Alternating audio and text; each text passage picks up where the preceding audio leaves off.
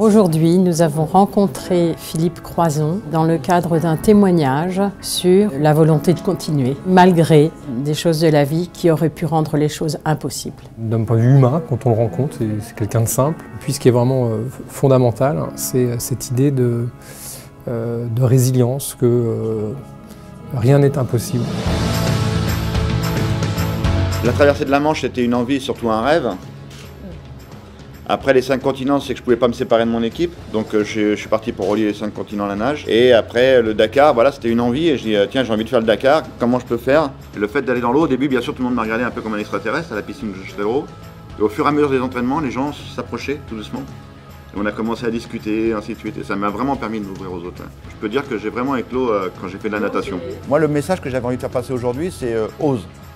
Ose des choses, va vers les gens, demande-leur un coup de main, et ça fonctionne. Je pense qu'aujourd'hui, on vit dans une société où on se renferme, on n'ose plus aller vers l'autre et dire « Ah, j'aurais besoin d'un coup de main » ou par exemple, quand je suis dans la rue et qu'il y a un restaurant et il y a 2 marches et que j'ai faim, bah, je vais demander à 3-4 personnes qui passent dans la rue. Moi, je vais avoir le smiley parce que je vais aller manger, et les 3-4 personnes, ils vont repartir avec le smiley parce qu'ils ont donné un coup de main à quelqu'un. C'est pas merveilleux, ça?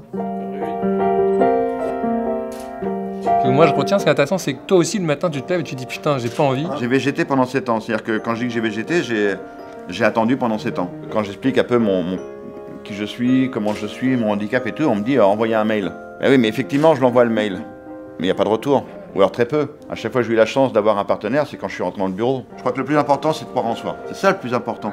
C'est la confiance que les gens t'accordent, te donnent de l'énergie. Où est-ce que vous êtes allé la rechercher, cette confiance? Il est quand même passé au-delà du regard des autres. Il a tout compris sur la vie. Il est un super exemple de père de famille, puisqu'il a 2 enfants. Le fait qu'il parle aussi des 7 années qu'il a passées par différents stades de colère, finalement de dépression, c'est tout un travail qui s'est passé pour accepter son handicap et pour devenir ce qu'il est.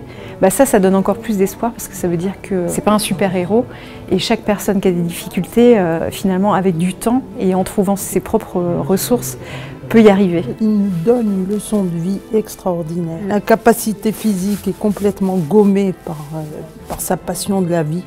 Donc ce don de soi qu'il a, cette générosité de lui-même, puisqu'il partage. Et le fait d'aller à la rencontre comme ça des gens, de discuter du handicap, c'est des moments de partage. Et il n'y a rien de plus riche qu'un moment de partage, parce qu'on repart tous avec un cœur rempli, l'esprit qui a peut-être évolué, changé sur la question du handicap. Si chacun joue aussi son petit rôle en disant on va changer le regard sur nos concitoyens en situation de handicap, on peut accélérer le mouvement. Et je pense que les mutuelles ont un rôle très très important pour accélérer ce mouvement de changement de regard et du vivre ensemble.